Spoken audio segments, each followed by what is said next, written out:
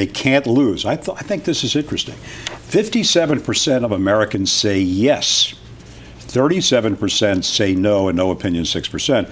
So you have, 6 in 10 almost say they're willing to pay higher taxes. Aren't the people, Ted, paying more money now? Aren't the people who have insurance subsidizing the people who don't? Yeah, there's no question. I think there's some cost shifting going on, I think, because someone ultimately has to pay for these patients who have no insurance to come at least and see us in the emergency department. So it's the hospital pay some of this expense. We pay some of the expense as doctors who take care of them. And so there is some cost shifting going on there. You're absolutely right. 2 doctors and a distinguished professor. I'm not going to ask the doctors this. Who is most responsible for the calamitous high price of medical care in the United States? Politicians? No, the National Institutes of Health. Healthcare spending is driven by new technology that's costly but effective.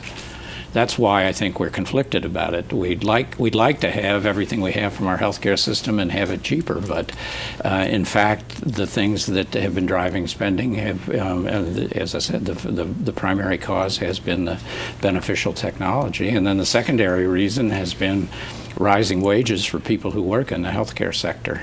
So not to take the blame away from anybody who deserves blame, and there are plenty of blame to go around, but the idea that some enemy has done this to us is probably not right. So you can't blame Big Pharma? No, I would say if you want to find out who's responsible for high health costs, look in the mirror. Okay. Well, let me ask you this question. Big Pharma, Medicare Part D. Okay, was considered a panacea for many seniors, and it's worked for some.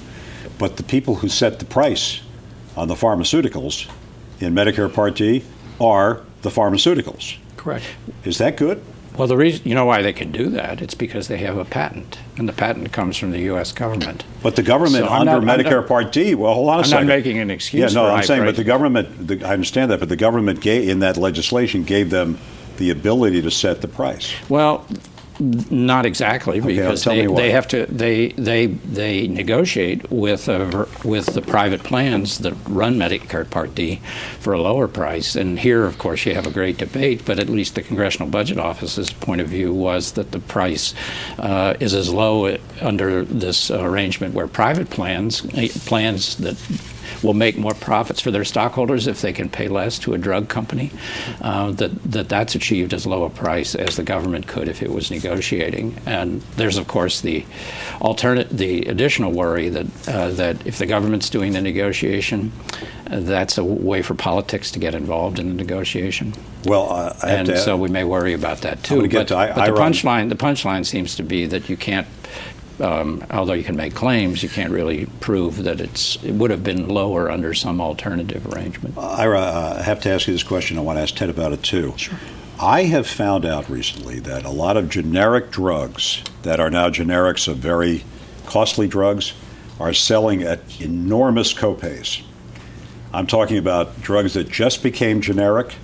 All of a sudden, the generic is costing a lot more than generics usually cost. I'm not going to go into the particular drugs, but some drugs that have just gone over to generic, when the patents expired, they're charging $25 or $30 or $40 for it. Is that right?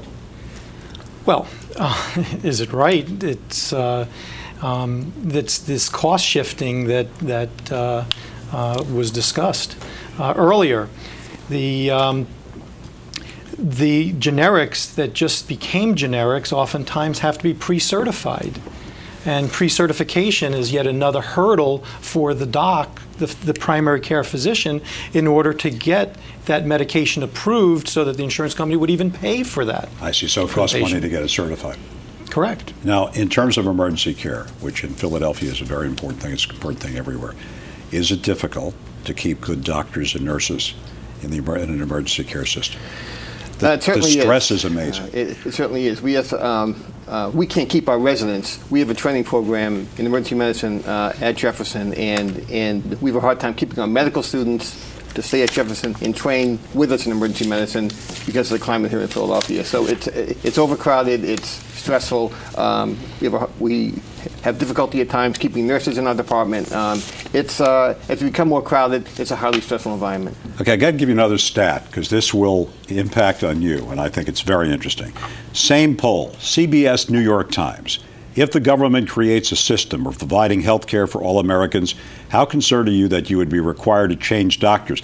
Now, this is a total converse from the other answers.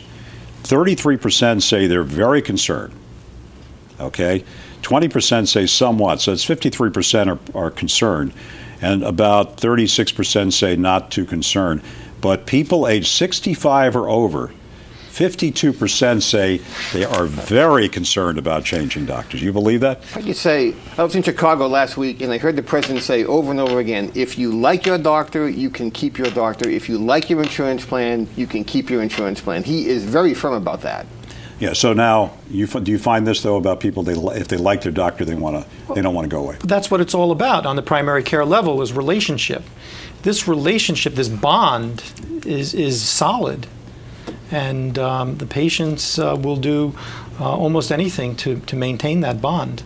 So I'm one of those people over 65, so what I'd be worried about is that in order to get the resources to pay for health insurance for the under 65 population, we're already seeing signs of this. The government will choose to pay less to doctors who treat Medicare patients, which means we already see some evidence in this direction that more and more doctors will refuse to treat Medicare patients, especially new Medicare patients. And so that's troubling. So my demographic, I think, is legitimately worried that we will have less access to any doctor compared if there's a system that tries to economize on the cost of our care to pay for others as compared to if we retained a status quo. Personally, I'm in favor of my demographic giving up something and letting the kids get something for a change. But how much would you give up? I mean, what's something? I guess the magic number, actually, how much would you give up? And sort of relates back to your earlier statement. You need about $1,000 to give up to cover the uninsured. That's about the extra tax. Quick question for you, because you're the person who studied this exhaustively. All right, how much? You said looking in the mirror. That's what you said. How much does preventive care? And when I say preventive care, I'm not talking about machines. I'm talking about you as an individual throughout your life, from the time you're thinking about health care to the time you get older. How much does that have to do with the state of this country today? Well, we think rising obesity has an important contribution to rising healthcare spending, although it's not enormous. I guess there's a distinction to be made here. Medical preventive care, what people in white coats can do for you, is and what you can do for yourself. So that's where I was going. What people can do for you is probably not going to make that much more of a difference, at least for the average person. What you could do for yourself in terms of exercising, in terms of stopping smoking and other bad habits, potentially could both improve your health, that's the most important thing, but also save a lot of money. Running out of time, not on the healthcare crisis, but on the program. Just quickly, tell me about your Life Lab, or is it called? Life Laboratory. Life Laboratory is a nonprofit research entity of the involved with the family practice of Upper Dublin.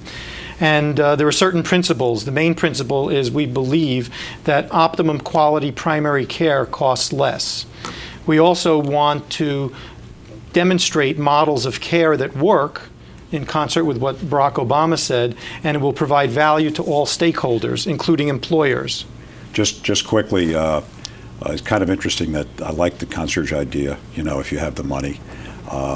In your case, from what you see in serving the heart of the fifth largest city in America and the fourth largest commercial market, in a few seconds, the key to solving this entire crisis?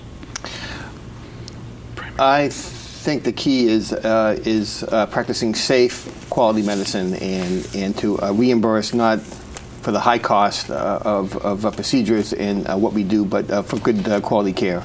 Thanks to Professor Mark Pauly from the Wharton School of Business and advisor to presidents, Dr. Ted Christopher from Jefferson University Hospital, and Dr. Ira Gerstman of Upper Dublin Concierge Associates, part of the team at Life Lab. I don't know about you, but I learned a lot here, and I'd like to do more of this. I mean, I think we'd do 6 or 7 weeks of this before we get the whole story. For all of us here at Voice of Reason, be well, exercise, eat well, and have a great week. Good night.